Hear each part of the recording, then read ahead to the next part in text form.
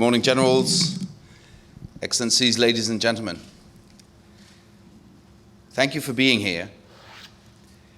It is for me a particular privilege to be at Arlington today. We are gathered here today to honor the memory of Private First Class Leo Lichten, who was killed in action almost 70 years ago on the 20th of November 1944. Actually, there's one person I want to mention specifically in this room.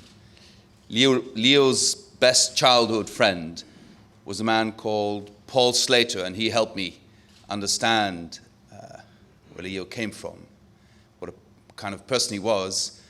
And Paul, who can't be with us here today, has sent his son, who is called Leo, and he's here with his wife, and it's a particular honor to see him here, because Leo Slater was named after Leo Lichten. So Leo, it's great to see you here.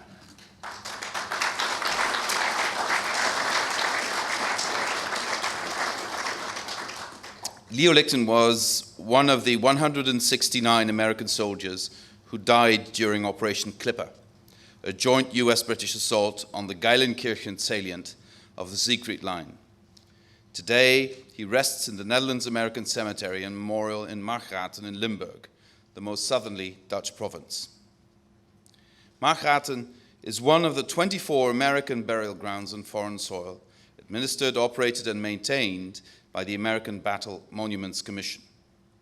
Well over 8,000 American servicemen are buried there, 8,000 of the 93,000 American soldiers who found their final resting place in Europe during the Second World War.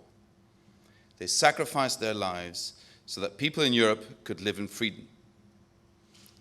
Anyone who wants to feel the strength of the transatlantic partnership, to feel what lies at its heart, should visit Margraten or other military cemeteries that dot the landscape of Western Europe. All the graves at Margraten have been adopted by private citizens, most of them Dutch, as an expression of our everlasting gratitude and our determination to keep these memories alive. My family and I have been given the opportunity to take care of the grave of Leo Lichten. We feel privileged to do so.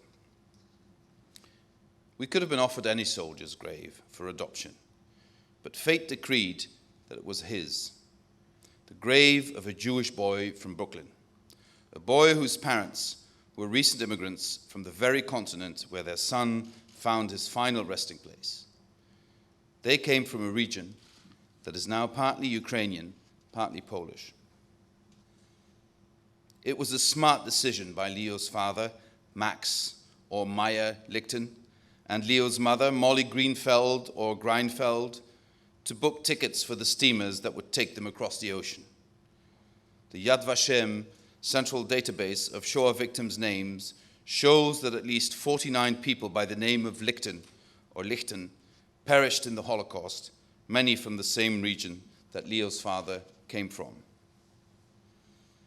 Give me your tired, your poor, your huddled masses. These words are engraved on a plaque at the base of the Statue of Liberty. And they came from Galicia, like Leo's parents, from Scandinavia, Germany, the Baltic states, from my own country, from Ireland, Spain, from all the corners of Europe. They joined the massive talent pool that is the United States of America. They became part of a society in which migration was considered normal, unlike Europe, where sedentary life was the norm, where you lived in the same place that your ancestors had lived for generations. The manifest destiny of the United States of America was their destiny. It came at a price, though.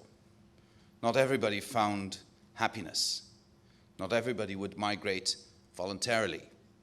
Native Americans and African Americans would suffer gravely. Europeans came, and their children and grandchildren went back there, first to Britain, then to North Africa, to Italy, Normandy, Belgium, Luxembourg, and the Netherlands, and finally, at long last, to Germany and Austria. In February 1945, shortly after the liberation of the south of Limburg, an inhabitant of Heerlen, that's my hometown, wrote a letter reflecting on his contacts with American troops, and I quote, "We get to know all the peoples of Europe. We've been visited by Irish, Scots, English, Indians. Don't know exactly what kind of Indians he refers to in the letter, but Indians, Jews, Spaniards, Italians, Portuguese, Greek, Austrians, Poles, Norwegians, Finns, Russians, French, and mixtures thereof. End of quote.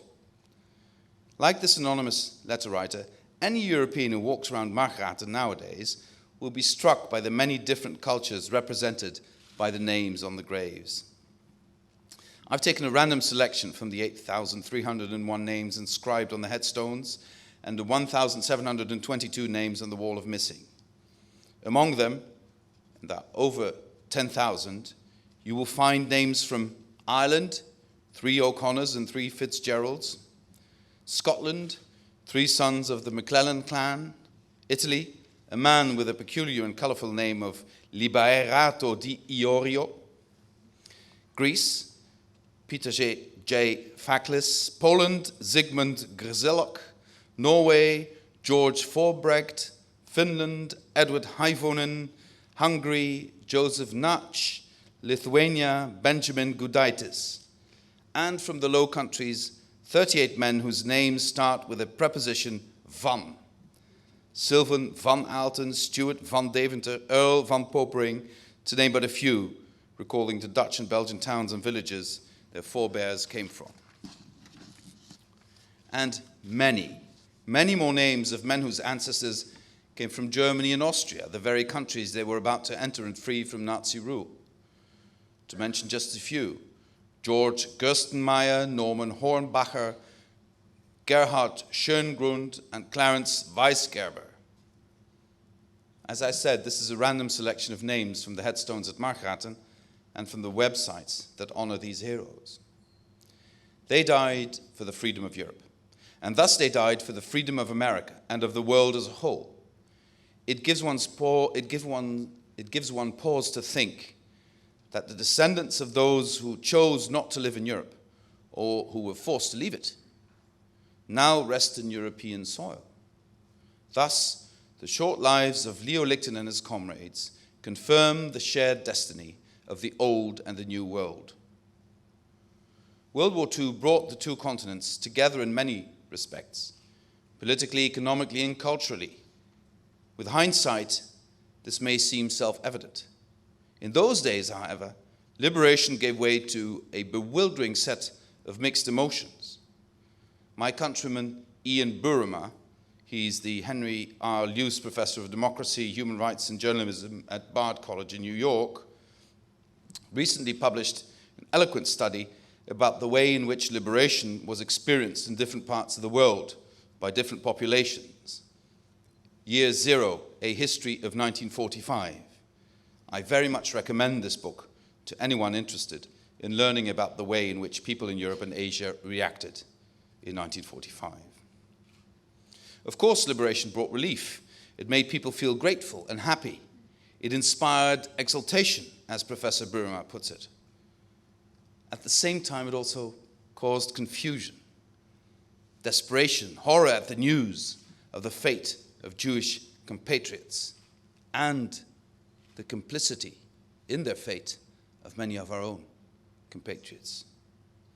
Anger, a wish to take revenge on the Germans, the Japanese, collaborators, and even feelings of jealousy, of envy towards the liberators. I just quoted from a letter written by somebody from Heerlen. Elsewhere in Limburg, in Maastricht, the city I was born, an observer wrote about the American troops rhetorically asking an American soldier, and I quote, "Have you ever thought about it? How the Americans compared with that worn-out European man with his emaciated face, his threadbare clothes, his sad, earnest gaze, and his wallet robbed of cash? There you were in your smart uniform, with your athletic, well-nourished body, your youth, your strength, your charming smile, your booze, your donuts, your freedom of movement, and especially your freedom of opinion." End of quote. Yes, especially your freedom of opinion. You could call that jealousy petty, but it went deeper. It reflected a latent sense of discomfort that many Europeans many continental Europeans at least, felt when confronted with Americans. To be complete, the liberation of Europe had to overcome those sentiments. And 1945 was not only about overcoming tyranny and injustice, fear and terror. The liberation had to become a mental revolution as well. Gradually, people in my country and elsewhere in Europe came to realize that they'd been locked in time, locked in a mindset. We had to send out our huddled masses for them to find freedom. And they and their descendants brought it back to us, the freedom that they found in the United States. Not just political or economic freedom, but also cultural freedom. Democratic freedom was scarce in Europe immediately prior to the Second World War. The United Kingdom and Ireland, the three Benelux countries, and the countries of Scandinavia, France, Switzerland, and Czechoslovakia were the only European multi-party democracies in the true sense of the word. After the war, it was the United States that stimulated the deepening and widening of democracy in Western Europe. European integration was actively supported by the United States as an effective instrument to stabilize and strengthen Western European democracies. Marshall Aid and NATO laid the foundations for the successful democratization of Germany and Italy, later followed by Greece, Portugal, and Spain. And both NATO and the EU created the bedrock for the democracies that emerged in the former Soviet satellite states in Central and Eastern Europe. The fall of the Berlin Wall would not have been possible without staunch alliances across the Atlantic. Important as they are, the enjoyment of these fundamental freedoms would have been hollow and sterile had they not been accompanied by a spiritual and cultural liberation. A liberation that would also result in many other freedoms. The freedom to have fun, the freedom to be relaxed, artistic freedom, musical freedom, to name but a few. Many concepts come to mind, many movements that were created and inspired by the United States. Jazz music, beat poetry, method acting. American modernism percolated back into Europe, liberating whole generations of European composers and musicians, poets and writers, intellectuals, architects, painters, and filmmakers. And quite often, these people were recent European immigrants to the United States who would successfully transform the artistic climate. That is one of the biggest ways of giving back in human history, I would almost say. They had germinated in Europe, matured and blossomed in the United States, and now they re-pollinated the European scene.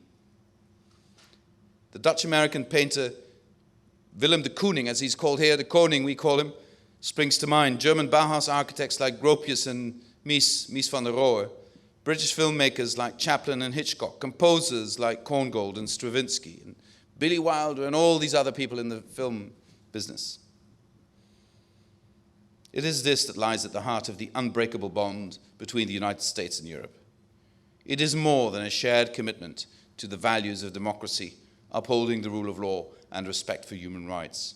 It is more than a wish to maintain economic ties, to trade and invest across the ocean. It is the desire to inspire and to receive inspiration at all levels of human enterprise and endeavor. Yet, this transatlantic solidarity is not a given. Yes, there is a military alliance that is the bedrock of the international security architecture. NATO is the pillar of international stability. Yes, on both sides of the ocean, governments are working to create the largest free trade area in the world, the TTIP, which is a geopolitical project, not just an economic project. TTIP will further strengthen political and economic relations between the EU and the US. Enhancing trade and investment cooperation between the two largest economies in the world will not only help in securing our economic interests, it will also provide an extra safeguard for our shared values. I can only agree with President Obama when he called the negotiations groundbreaking at the G8 last June. And yet, there are still people who doubt the intrinsic need for EU-US cooperation. There are still people who question the need to further deepen trade and investment ties. And there are still people who applaud when third countries act in ways that harm the international system we built after World War II. They are not necessarily the same people. Yet I do sense that there are overlapping agendas. In the 19th century, there was a holy alliance between Austria, Germany, and Russia, acting as a bastion against calls for democracy, revolution, and secularism. Today, there is an unholy alliance of anti-EU and anti-American sentiments, an alliance of not so strange bedfellows, the anti-American and the EU opponent. Both anti-American and EU opponents seem to fall for Russian propaganda claiming that President Putin was forced to act as he did in Ukraine because of a deliberate policy of European and American encirclement. The anti-Americans feel that the US and her allies can no longer claim the moral high ground. The US and its friends supposedly lost the right to stand up for Ukraine, or Georgia for that matter, having been embroiled in wars of their own, for example in Afghanistan and Iraq, or in actions resulting in the independence of Kosovo, the legitimacy of which is questioned. Pointing to the Snowden NSA affair, this group exonerates President Putin for his PSYOP methods, for the presumably unscribed leaking of telephone calls made by European and American officials regarding Ukraine. The EU opponents see in President Putin a shining example of someone who stands up for the national interests, who fights for the preservation of his national culture, who refuses to deliver his country up to Muslims or gays or Jews, immigrants or whoever else offends the EU opponent in question, which varies from country to country in the EU. And above all, President Putin, who stands in the way of any eastward enlargement of the detested EU, or NATO for that matter. It is crucial for the current and future security and stability of both the United States and Europe that we continue to think straight and properly and analyze this crisis, the largest political and security crisis since a divided Europe was reunified 25 years ago. Whatever wrongs the United States and the West might have committed in the past 25 years, be it in Rwanda or in the former Yugoslavia, Iraq or elsewhere, whatever anyone may think of the process of European integration, there is no imaginable excuse for the Russian actions in Ukraine. President Putin seems to say, I'm not getting my way, so I'll intervene. We have seen that before. His doctrine echoes the words of Thucydides, the Greek historian. The strong, and I quote, the strong do what they can and the weak suffer what they must, end of quote. Make no mistake. The EU and the United States stand together in making clear that the Putin doctrine can never provide stability on the European continent, or for that matter, elsewhere in the world. After all, if this doctrine is accepted, either explicitly or by non-action, implicitly, it is only a matter of time before another European country faces Russian demands that, if not met, will unleash destabilizing actions. The very possibility of such actions is in itself a source of instability. It stands in the way of the harmonious political and economic development of the whole of Europe.